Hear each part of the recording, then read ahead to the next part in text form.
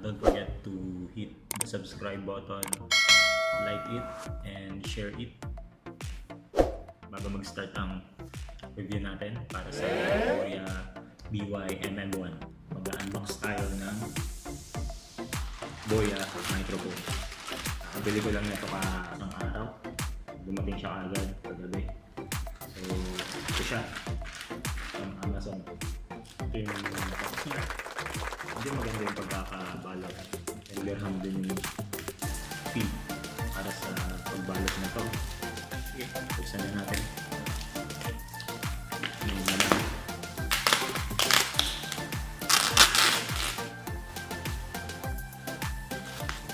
Safe talaga.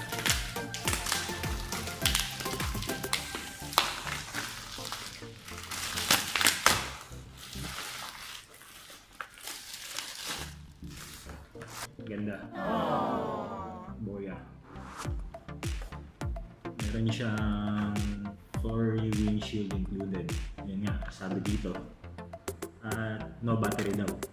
Mostly, ito yung ginagamit ng mga vlogger na very cheap. Kaya, tatry natin buksan.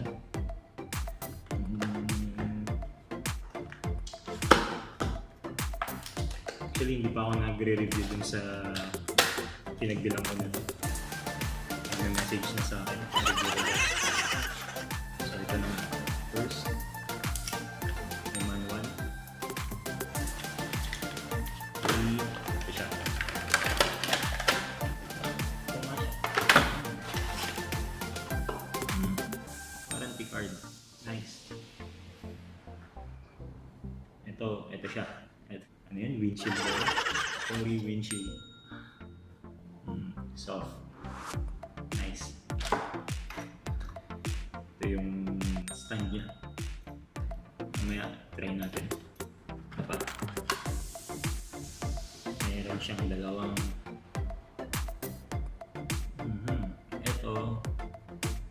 dalawang plug. Ito, kung makikita nyo, dalawa lang line niya, which means compatible siya for SLR camera, professional camera, mga cyber shots, and kapag tatlo naman, yan, smartphone. Yan, may masulat naman na pangalan. Nice. Meron din siyang sa siya. So, 1, 2, 3, 4, 5. So, asan na yung ano? Ito pala. Ginagawa mo! Syong. Ito. Kanina ko pa hinahanap. Hindi ko makita yung pala nakapasok sa loob. Ngot. Okay, ayan. So, try natin siyang install. Ayan. Pasok dito. Ayan. Actually, meron akong cyber shots. Actually, ito old model na yung cyber shots. Hindi ko magamit dahil wala pa akong battery, rechargeable battery na iwan sa Pilipinas. Pati yung pang-charge niya. I don't know kung gumagana pa siya. Hopefully, magamit ko siya sa vlog. But wala na kasi akong pera. Pambili. So, ito. Try natin siya. Ano ba to? Ginagawa mo! Yun. Oh, wow! It's nice. Alam mo, diba? Okay siya. Okay na okay. Yeah. Panalo. Pero hindi ko alam kung gagana pa yung cyber shot ko. Ang nangyayari, wala pa rin akong bracket stand para sa mobile phone. So, ang gagawin ko lang, isa lang nakalagay yung mobile ko for vlogging, like, yun lang. Nagawa ko ng parang paano siya pang isasalpot. Siguro dito sa taas. Tapos kuha lang akong tali. Cheap vlogger. Anyway, yun lang. Hindi pa siya masusubukan. Next video na lang yung honest review. Tatry ko siya by the end of the month for may cyber shot. Kung gagana. Tatry ko rin kapag may mga ibang content ako i-upload. Sa mobile ko naman, tatry. Pero wala pa siyang bracket na pag-install na to. Actually, nagustuhan nyo to. Ipopost ko sa description ko kung saan ko nabili to.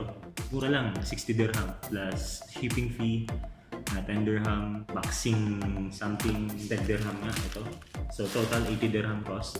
Around sa Philippine money 900 plus 950 or 960, ganun, 970 or 1,000. Hindi ko alam. Anyway, dito na magtatapos muna ang ating unboxing ng BOYA by mm1. Maraming salamat. Don't forget to subscribe. Update kayo sa mga video na pinopost ko. Huwag nyo rin kakalimutan, may pinost ako yung kagabi ko lang pinost or kaninang umaga ko lang pinost yung video ng wedding namin ng asawa ko na videography, which is it happens last year na hindi ko ma-post dahil may message siya akin na YouTube na may nagki-claim ng music. So minute ko siya. After mute, pinatungan ko lang ng ibang music. So yun, makikita nyo naman sa description. Post ko rin dito by the end of the video. Makikita nyo yung wedding video namin. Dito na lang, paalam.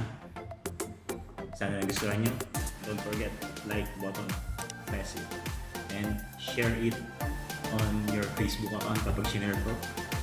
Maraming salamat at God bless.